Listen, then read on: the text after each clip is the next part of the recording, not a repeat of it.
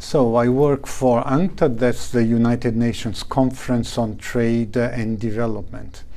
And the fundamental responsibility of our organization, of UNCTAD, is to help the developing countries, i.e. the poorer countries, integrate into the world economy. Why is this an issue?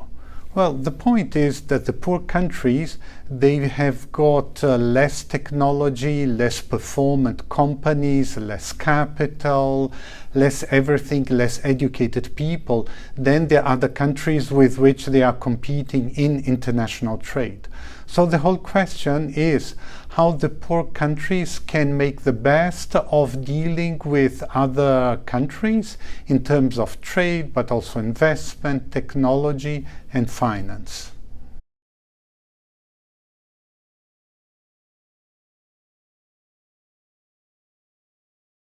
Okay, in terms of the Sustainable Development Goals, there are several of the SDGs on which UNCTAD is working. As we know, many of these goals are interrelated, and when you are working on one, you're always helping with the other. But there are some of the goals on which UNCTAD is particularly working. I would start with 17, which is about global partnerships, also sometimes called the means of implementation. So what types of partnerships are mentioned in SDG 17? It's different types of economic relations between different countries. So this starts with trade, but also other forms of relations like finance, and technology and technical cooperation. So these are the fundamental areas where UNCTAD is helping the poor countries make the most of these different means, i.e. get the most benefits out of trade, out of finance, out of technology transfer, out of technical cooperation. So that's one, that's SDG 17. There's another SDG on which UNCTAD is very active, which is SDG 9, which is about industry, technology, etc. And why is this important? Well, because the process of development, of becoming richer, becoming more sophisticated countries, typically means also building an industrial sector. So this is something on which UNCTAD is active in terms of industrial policy. How do you finance industry? How do you use international trade to build your industry? But also in terms of technology. We do many activities in order to help the poorer countries build the technological capabilities so that their companies become more performant, more productive, and thereby more competitive in international markets. And finally, I'd like to mention another one of the SDGs, which is SDG 8, which is about work. Because the fundamental means for you to improve the material living conditions of people is to give them jobs, good quality jobs and decent jobs.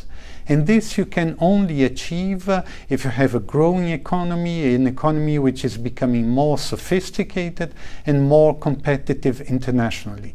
Then you can generate more and better jobs, and thereby you can improve the living conditions of your population.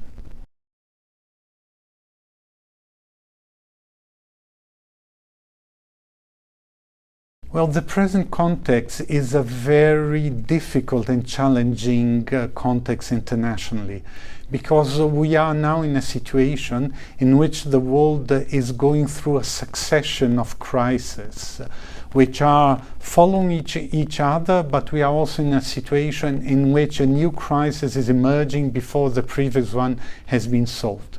More concretely, we have had this big, huge crisis of the COVID-19 in 2020 and 21, which caused not only millions of deaths, but also economic loss, social suffering, etc., etc. Not to mention sickness, etc.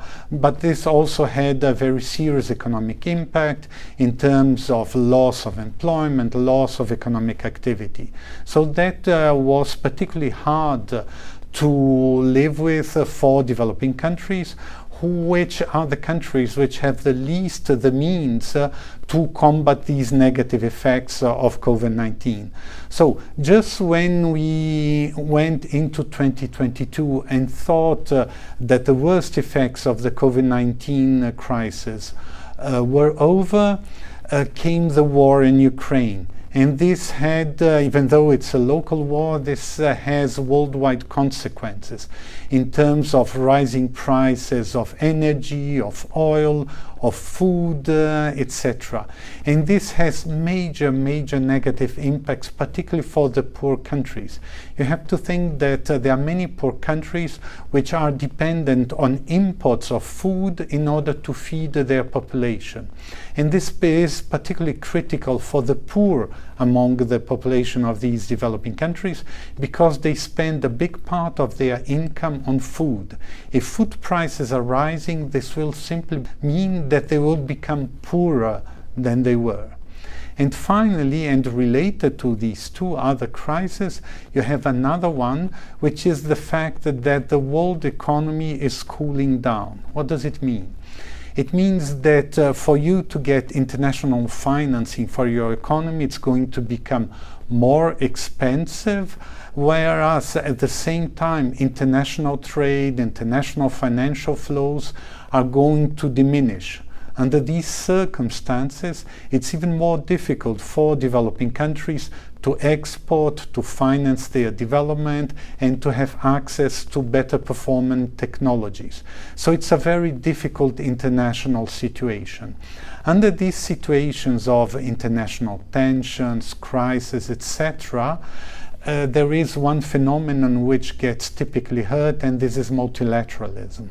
Well, multilateralism, this is where different nations cooperate amongst themselves and try to find common solutions for global problems.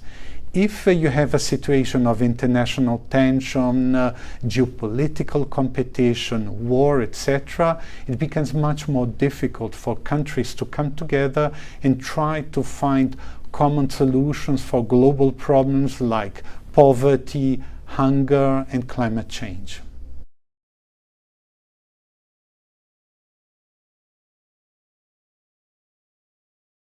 Yes, when you are discussing sustainability, sustainable development, in many cases you have conflicting means. For instance, you want to create economic activity, you want to create jobs for your population. One way to do this is to develop agriculture. But for you to develop agriculture, you need agricultural land. But what's the problem? That if all available land is already occupied, one way to expand agricultural land is to cut down forests. So in this case, you have conflicting objectives.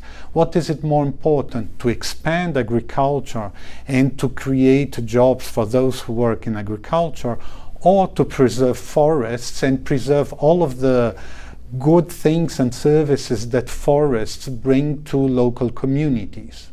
Or alternatively, you would want to develop cities, but for you to develop cities, you need pieces of land where to build buildings, roads, squares, etc., etc.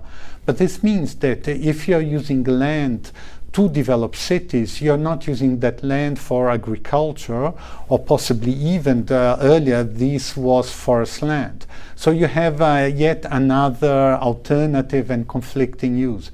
This means that whenever you are striving to build sustainability, or in many cases you have trade-offs, and you have to make difficult choices between social objectives, economic objectives, and environmental objectives. So quite often you solve one but creating problems in the other domains. So this is something which is a problem with which policymakers but also local communities are constantly faced. And this is true at the local level, but it's also true at the national level. So in terms of the advice that we as UNCTAD give to countries, we are constantly faced with these conflicting priorities and conflicting objectives.